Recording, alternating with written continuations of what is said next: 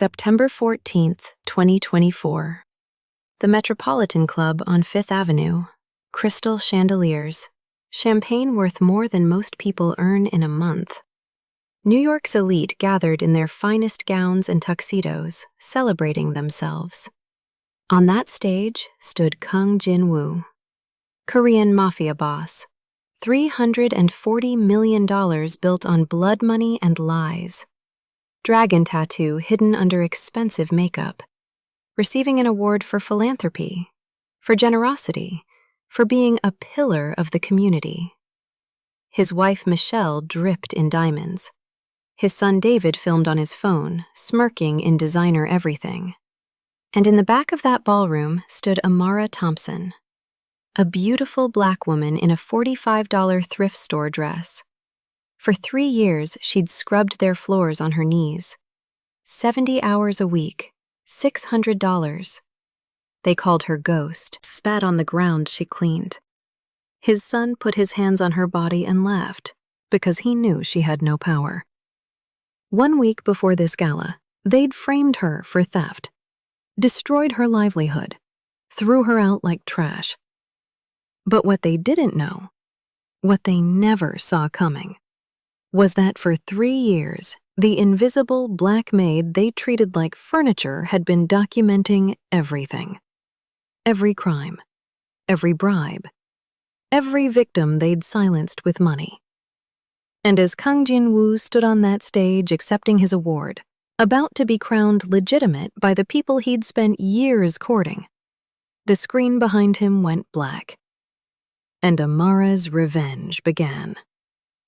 What happened in the next 10 minutes would destroy a criminal empire, expose corrupt politicians, and prove that the most dangerous person in any room is the one you never bothered to see. Before we begin this story, comment below where you're watching from and what time it is there. If stories about karma, justice, and hidden truths move you, don't forget to subscribe to the channel. September 14th, 2024. The Metropolitan Club on Fifth Avenue glittered like a jewelry box under chandeliers worth more than most people earn in a lifetime. $1,000 per plate, senators in tailored tuxedos, hedge fund managers kissing cheeks. The cream of New York society gathered to celebrate their own generosity at the annual Korean American Cultural Society Benefit Gala. But nobody in that room knew that the most dangerous person present had entered through the kitchen door. Her name was Amara Thompson, 34 years old, black, beautiful, slender. Tonight, she wore a simple black gala dress purchased for $45 at a thrift store in Queens, pearl earrings inherited from her dead mother, red lipstick, the only luxury she'd permitted herself in months. She carried a small black clutch, synthetic leather, containing exactly 3 items: her phone, $17 in cash, and a flash drive that would destroy an empire. 6 months earlier, Amara had been on her knees on cold marble, scrubbing the floor of the Kang family mansion in Westchester. Her hands moved in circular motions, the water in her bucket turning gray with dirt and cleaning solution. She was invisible. She had always been invisible. Amara, the voice of Michelle Yoon, born Yoon Mi-hee, shrieked from upstairs. David's bathroom is disgusting again. And you forgot to organize my dresses by shade. Amara closed her eyes, breathed slowly. 3 years she'd worked in this house. 3 years of 70-hour weeks for $600. 3 years of being treated like furniture, like air, like nothing. That evening, as she served dinner to the Kang family, she watched them with the practiced invisibility she'd perfected. Kang Jin-woo, 47, the patriarch, CEO of a casino empire, tailored suit even at home, dragon tattoo creeping up his neck from beneath his collar, remnant of his real business, the Korean Mafia. Iron Kang, they called him on the streets. His face showed nothing, revealed nothing. He scrolled through his phone while his wife complained about a charity event. Michelle picked at her salmon, 42 years old, but stretched and pulled by so many surgeries, she looked like a frightened doll. Her hands shook slightly, the tremor of prescription pills. She never looked at Amara. Not once in 3 years had she looked Amara in the eyes. And David, 22, bleached platinum hair, designer everything, a gold chain thick around his neck even at the family dinner table. He sprawled in his chair like a king, one hand on his phone, smirking at something. Then, deliberately, he knocked over his wine glass. Red liquid spread across the antique Persian rug like blood. He looked up at Amara, smiled. "Oops, better clean that up, ghost."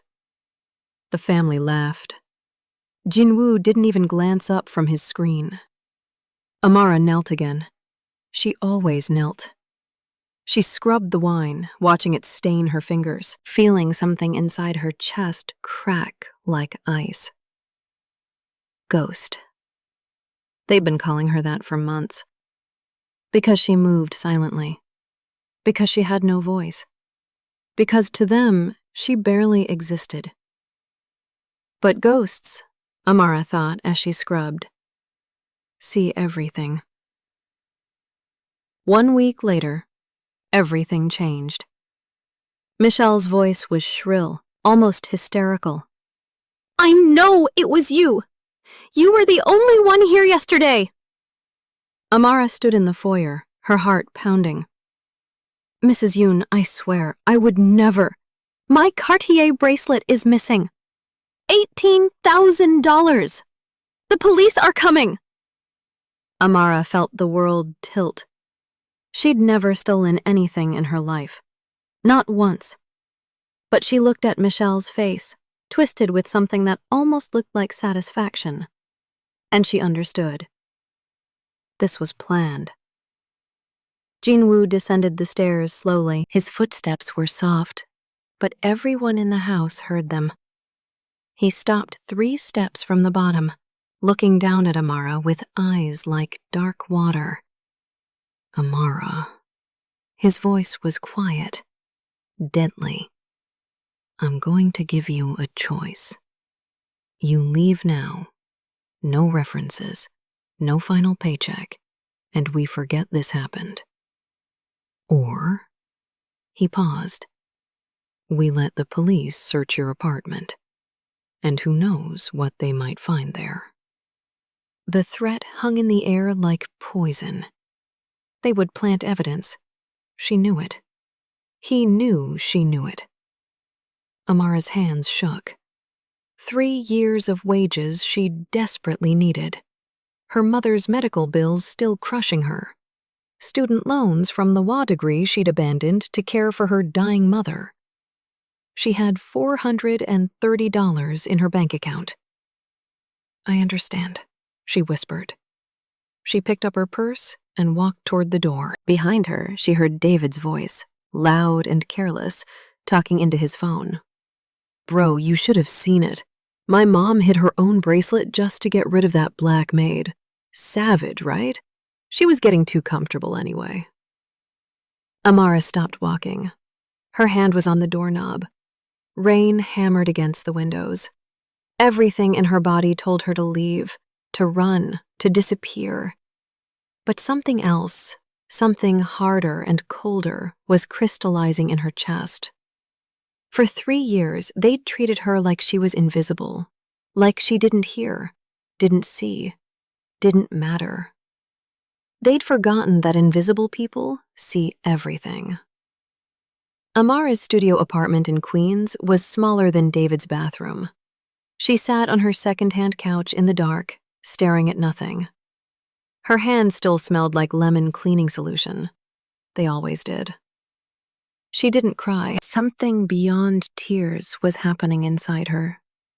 For 3 years, she had cleaned their secrets along with their floors. She had organized their lies along with their closets. She had been so invisible that they'd committed crimes in front of her, talked about illegal dealings while she dusted nearby, left incriminating documents on desks she was told to organize. They'd thought she was nobody, nothing. A pair of hands that cleaned and disappeared. But Amara had a photographic memory. And she'd been a law student once, before her mother got sick, before she'd abandoned Columbia to work minimum wage jobs and care for the woman who'd raised her alone. She opened her laptop. The screen illuminated her face in the darkness. She started making a list. The office. Jin-woo's private office where she dusted every Tuesday and Thursday. She'd seen documents. Banking records left carelessly on his desk. She'd photographed them, telling herself it was just to remember how to arrange things exactly as he liked. But she'd kept the photos. Transfers. Millions of dollars to offshore accounts in the Cayman Islands. Payments labeled as consulting fees to men she'd later seen on the news. Politicians, judges, police officials. Money laundering through the casino empire, laid out in spreadsheets she'd wiped dust from while Jin-woo talked on the phone 3 feet away. He'd never even looked at her. She scrolled through her phone. More photos. The safe in his office that he'd opened while she vacuumed, never considering she might see the combination. Documents inside about property acquisitions, buildings purchased with cash, businesses that existed only on paper. Then there was David. Her jaw tightened. 2 months ago, after he'd cornered her in the hallway, put his hand on her waist, whispered something disgusting in her ear, she'd installed a small camera in his room. $50 on Amazon, hidden in his smoke detector. Just for her own protection, she'd told herself. Evidence if he ever went further. But the camera had captured other things. David snorting cocaine off his expensive desk. David on the phone bragging about the girl he'd assaulted at a party, laughing about how his father had paid her $400,000 to stay quiet. David with his friends, dealing pills, discussing how untouchable they were. And Michelle. Amara pulled up an audio file. She'd been cleaning the bedroom when Michelle hadn't known she was there, thought she'd left. Michelle on the phone with her Pilates instructor, the one she was sleeping with, discussing things she shouldn't. Jin-woo's casinos are just fronts, baby. Everyone knows. We launder money for half the Korean mob on the East Coast, but nobody touches us. He owns too many people. Amara had been behind the closet door, frozen, her heart hammering. Michelle had never known. She had an arsenal. 3 years of evidence collected while being invisible, while being nothing. But what could she do with it? A maid's word against a multimillionaire? They'd destroy her. She had no power, no platform, no voice. Then her phone lit up with a notification. A society news website she sometimes read during her lunch breaks, looking at the world she cleaned but could never enter. The headline caught her eye. Kang Jin-woo to be honored as Philanthropist of the Year at Metropolitan Club Gala. She clicked. Read. September 14th. The annual Korean American Cultural Society benefit. $1,000 per plate. Politicians, business leaders, old money. And Jin-woo would be receiving an award for his charitable contributions to the Korean American community. For his generosity, his civic leadership. The article included a photo of him shaking hands with the governor. His smile was perfect, controlled.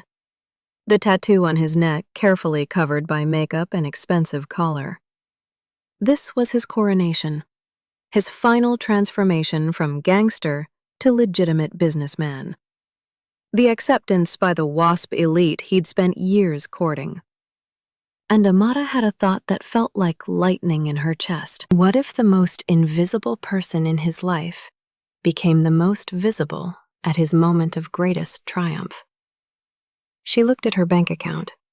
$430. Everything she had. She opened a text message to her friend Shanice, who worked for the catering company that handled events at the Metropolitan Club. I need a favor. a big one. Shanice called her immediately. Girl, what's wrong? You sound strange. Can you get me into the gala on the 14th? As staff? The Korean society thing? Amara, that's high security. Why would you want— Please, I can't explain. But I've never asked you for anything. Never. Silence on the line. Then, you're scaring me. I know, but do you trust me? Another pause. Yeah, I trust you. Let me see what I can do. The next 2 weeks passed in a blur. Amara spent her days applying for new jobs, her applications going nowhere without references. Her nights were different. She organized her evidence, compiled everything into a single, devastating video presentation. Timeline, documents, audio, video clips, narration she recorded in her quiet apartment, her voice steady and clear. She titled it, The Maid's Revenge, What Kang Jin-woo Doesn't Want You to Know. She practiced her plan over and over. Every step, every contingency. She couldn't afford a single mistake. Shanice came through. A staff badge, a catering uniform, instructions on when to arrive, which entrance to use. I don't know what you're doing, Shanice said when she handed over the badge. But be careful. These people don't play. I know exactly who they are, Amara replied. That's the point. She spent her last $45 on the black dress at a thrift store in Brooklyn. It was simple, but elegant. She borrowed shoes from Shanice. The pearl earrings from her mother were the only jewelry she wore. The night before the gala, Amara couldn't sleep. She lay in bed, staring at the ceiling, thinking about her mother. The woman who'd worked 3 jobs to put Amara through school. Who'd told her education was the way out, the way up. Who'd died exhausted at 58, her body worn down by decades of labor nobody valued. I see you, Mama, Amara whispered to the dark. I know you see me. Tomorrow, everyone would see her. September 14th arrived with brilliant sunshine that seemed obscene to Amara. She dressed slowly in her tiny apartment, her hands steady. The black dress, the borrowed heels, her mother's pearls at her ears. She looked at herself in the cracked mirror by her door and barely recognized the woman staring back. She looked powerful. The Metropolitan Club rose like a temple on Fifth Avenue, all marble columns and old money arrogance. Amara entered through the service entrance at 4 in the afternoon, her staff badge clipped to her temporary catering uniform. Nobody looked at her face. They never did. The kitchen was chaos. 50 staff members preparing for 500 guests. Amara kept her head down, helped carry trays, moved through the space like water. Invisible again. It felt almost comfortable. At 6, guests began arriving. Amara changed into her black dress in the staff bathroom, her heart beginning to pound now, adrenaline making her fingers tingle. She slipped into the main hall, carrying a tray of champagne glasses. Just another server. Just another invisible black woman in a room full of power. The ballroom was overwhelming. Crystal chandeliers dripping light like rain. Ice sculptures. Tables draped in cream silk. String quartet playing Vivaldi. Women in gowns worth more than Amara would earn in 5 years. Men in tuxedos discussing mergers and elections. And then she saw them. The Kang family made their entrance at 6:30, fashionably late. Jin-woo in an Hermenegildo Zegna tuxedo that cost $8,500. Amara knew because she'd picked up the receipt when it fell from his pocket, photographed it out of habit. His hair was perfectly slicked back. The dragon tattoo on his neck was covered by expert makeup. He looked every inch the respectable businessman. Michelle clung to his arm in a pale pink Valentino gown. $15,000 of fabric and embroidery. Diamonds at her throat. $280,000. A gift from Jin-woo after the last time she'd threatened to leave. Her smile was frozen, her eyes glassy. She'd taken pills before coming. Amara could tell from the way she moved. And David. Designer everything. Gucci tuxedo, Balenciaga sneakers that broke dress code, gold chain thick around his neck. He walked like he owned the room, which, in a sense, his father's money did. Amara watched them from across the hall. They were 30 feet away. They looked right through her. The evening progressed. Cocktail hour, dinner service. Amara moved between the kitchen and the ballroom, her eyes always tracking the Kangs. She watched Jin-woo work the room, shaking hands with the senator, laughing with a federal judge, posing for photos with the mayor, building his legitimacy one handshake at a time. She watched Michelle in the women's lounge, taking another pill from her clutch when she thought nobody was looking. She watched David grab a young server's wrist too hard, whisper something that made the girl's face go tight with fear. Nobody intervened. Nobody ever did. At 8:15, dinner was served. Amara stood along the wall with other servers, watching people eat $30 per ounce Wagyu beef while discussing tax shelters. The irony was so thick she could taste it. The speeches began at 9. Amara's pulse quickened. The master of ceremonies, a white-haired man in his 70s, took the microphone. "Ladies and gentlemen, we now come to the highlight of our evening, the Philanthropist of the Year Award." Applause rippled through the room. This year, we honor a man who truly embodies the American dream. From humble beginnings in Busan, Korea, he came to this country with nothing but ambition and courage. Through hard work and vision, he built an empire. But more than that, he's given back to his community in countless ways.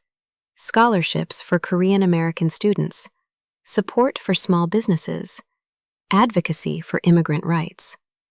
Amara felt bile rise in her throat. Every word was a lie, a beautiful, expensive lie. He is a devoted husband, a proud father, and a pillar of our community. Ladies and gentlemen, please welcome Kang Jin-woo. The applause was thunderous. Jin-woo rose from his table, buttoning his jacket, his face arranged in perfect, humble gratitude. He walked to the stage like a man who'd finally arrived at his destination. Michelle was crying, delicate tears that wouldn't smudge her makeup. David was filming on his phone, grinning. Jin-woo reached the podium, accepted the Crystal Award, looked out at the room of 500 people who represented everything he'd ever wanted. Acceptance, legitimacy, power. He began his prepared speech. "Thank you. Thank you so much. This country gave me everything. I came here with nothing but dreams and determination." His voice was smooth, practiced. Amara had heard him rehearse this speech in his office while she dusted the shelves behind him. "I've been blessed beyond measure. A beautiful family, success in business. But I've never forgotten where I came from or the people who helped me along the way." Amara was moving now, slowly, calmly, across the ballroom toward the AV booth. "And so I dedicate this award to every immigrant who believed in the promise of America." Amara reached the technical booth. The young AV operator was watching Jin-woo's speech, slightly bored. She tapped his shoulder. He turned. "Mr. Kang asked me to give this to you," Amara said quietly, handing him the flash drive from her clutch. "A special video message for his family. He wants it played as a surprise." The operator looked uncertain. Nobody told me about. He just decided. Please. He's very particular about timing. She smiled. The smile of someone used to serving, to being trusted with small tasks. The operator shrugged. Okay. When? Now. Right now. He plugged in the drive. The screen behind Jin-woo, which had been displaying the Korean American Cultural Society logo, went black. Jin-woo was still speaking. And I hope that my children will carry forward this legacy of. The screen flickered. Text appeared. Large, white, impossible to miss. The Maid's Revenge. What Kang Jin-woo doesn't want you to know. The room went silent. Jin-woo stopped mid-sentence, confused. He turned to look at the screen behind him, and the video began. First, thanking documents. Blown up huge so everyone could read them. Wire transfers. $8 million to an account belonging to Senator Richard Morrison, sitting 3 tables away. The memo line read, FBI protection, quarterly payment. Morrison's face went white. Next, more documents. Payments to judges, to police officials. A whole network of corruption laid bare in black and white. Then the audio started. Michelle's voice, breathy and intimate. Jin-woo's casinos are just fronts, baby. Everyone knows. We launder money for half the Korean mob on the East Coast. Michelle screamed. An actual scream. Turn it off! Turn it off! But the video continued. Now, footage of David, clear as day, snorting cocaine off his desk. Then audio of him laughing. I can do whatever I want. Dad just pays people off. 400 grand for that girl? Easy. She was nobody anyway. People were standing now. Phones coming out, filming. Journalists present were recording everything. The emails appeared next. Detailed correspondence about payoffs, about evidence suppression, about the assault David had committed, the victim he'd silenced with money. And finally, the last piece. Video of David on the phone, from just a week ago. Bro, you should have seen it. My mom hid her own bracelet just to get rid of that black maid. Savage, right? The screen went black. Then one final image appeared. Amara's employee photo from the Kang household. Her face, her name. Amara Thompson, domestic worker for 3 years. You never saw me, but I saw everything. And Amara stepped out from the wall where she'd been standing. Every eye in the Metropolitan Club ballroom turned to watch Amara Thompson walk forward. Her heels clicked against the marble floor, each step echoing in the absolute silence. 500 people holding their breath. She moved through the frozen tableau of New York's elite like a woman walking through a dream she'd imagined 1,000 times. Jin-woo stood paralyzed on the stage, his perfect control shattered for the first time in decades. His hand gripped the podium so hard his knuckles went white. The crystal award sat beside him, catching the chandelier light, mocking him with its inscription about philanthropy and service. Michelle was on her feet, mascara running down her surgically perfected face, clutching her diamond necklace like it could protect her. David had his phone out, but his hands were shaking too badly to film anything coherent. Amara reached the stage, climbed the 3 steps. Jin-woo's eyes followed her, and for the first time in 3 years, he truly saw her. Not as furniture, not as air, but as the architect of his destruction. She walked to where he stood, stopped 3 feet away, and turned to face the audience. Someone had left a microphone on. She picked it up. Her voice, when she spoke, was calm, steady.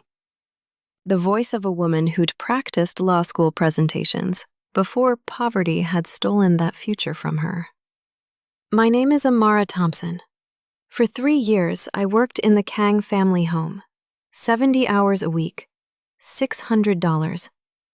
I cleaned their floors, organized their closets, served their meals, and I was invisible. Her voice carried through the silent room like a bell. I was invisible when Jin-woo discussed money laundering in his office while I dusted his desk.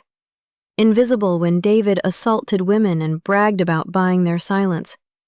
Invisible when Michelle planned how to frame me for theft to get rid of me. Jin-woo's jaw worked. He tried to speak, but nothing came out. "You called me ghost," Amara continued, looking directly at David. "Because I had no voice, no power, no presence in your world." She turned back to the audience. Senators, judges, business leaders, all of them staring. "But you forgot something important about ghosts. They move through walls. They see secrets. They hear confessions. They collect evidence." She gestured to the screen behind her, now dark. "For 3 years, I documented everything. Every crime, every payment, every victim. Not because I planned revenge, but because I was a law student once, before I had to drop out to care for my dying mother. And law students learn to keep records." Her voice didn't rise, but somehow filled every corner of the enormous room. "Today, I sent copies of everything you just saw to the FBI, the IRS, the New York Attorney General, and 5 major newspapers. Bank records proving money laundering through Kang's casino empire, video evidence of drug use and dealing, audio confessions of corruption, documentation of bribes paid to public officials." Senator Morrison stood abruptly and pushed toward the exit. 2 men in dark suits blocked his path. FBI. They'd been waiting. Amara had tipped them off 2 hours before the gala, given them just enough to obtain emergency warrants. 3 years, Amara said, her eyes finding Jin-woo's again. 3 years you looked at me and saw nothing worth your respect. Nothing worth your basic human decency. You spat on the floor I cleaned. Your wife called me trash. Your son put his hands on me and laughed because he knew I had no power to stop him. Michelle sobbed loudly, but Amara didn't look at her. You wanted me to disappear, to vanish, to be erased. Amara smiled then, small and cold and satisfied. Wish granted. But I'm taking you with me. She set down the microphone and walked off the stage. Federal agents were already moving through the crowd, approaching specific tables. Jin-woo remained frozen at the podium, his American dream crystallizing into an American nightmare before his eyes. As Amara reached the ballroom exit, she passed the young server David had grabbed earlier. The girl was crying, but she reached out and squeezed Amara's hand. Just once. Quickly. A touch that said everything without words. Amara walked out of the Metropolitan Club through the front doors this time. Not the service entrance. The main doors.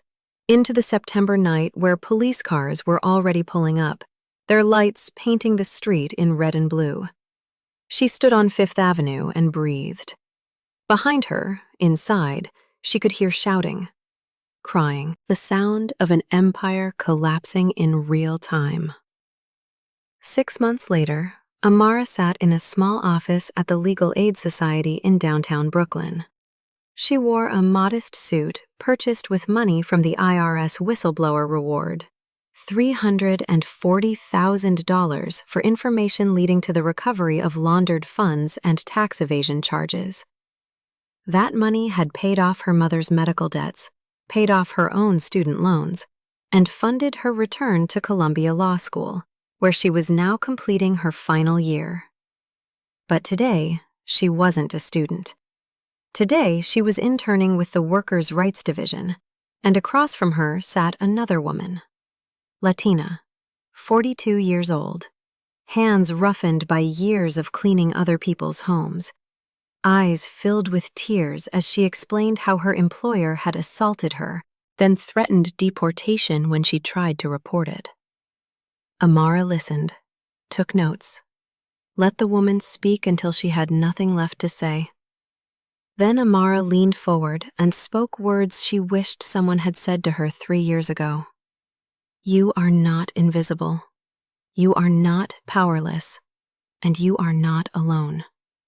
The woman's eyes widened. But he's rich. He has lawyers. I'm nobody.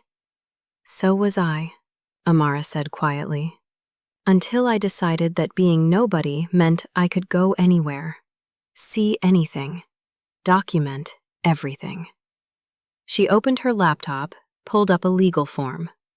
Tell me everything, every detail, every witness, every piece of evidence, no matter how small. Because invisible people see everything, and everything we see can be used. That evening, Amara walked through the Columbia campus as the sun set. Students rushed past her toward libraries, dorms, parties. She used to envy people like this, people whose education wasn't interrupted by poverty, by family crisis, by the grinding machinery of American inequality. But she didn't envy them anymore. She'd learned things they'd never know. About power, about invisibility, about how the people society discards often see truth more clearly than those elevated above it. Her phone buzzed. A news alert. Jin-woo's trial was beginning next week. Money laundering, racketeering, witness tampering, bribery. The prosecution had an airtight case built on 3 years of evidence collected by a woman he'd never bothered to see. Michelle had divorced him, fled to California, entered court-ordered rehabilitation.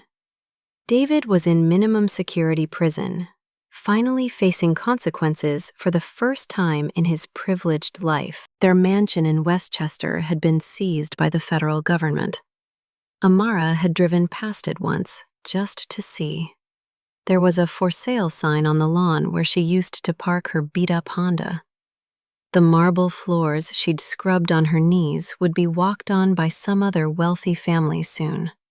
But they would never know the ghost who'd haunted those halls, who'd documented their predecessors' sins while being treated as less than human. Amara's phone buzzed again. A text from Shanice. Saw you on the news again. Still can't believe you did that.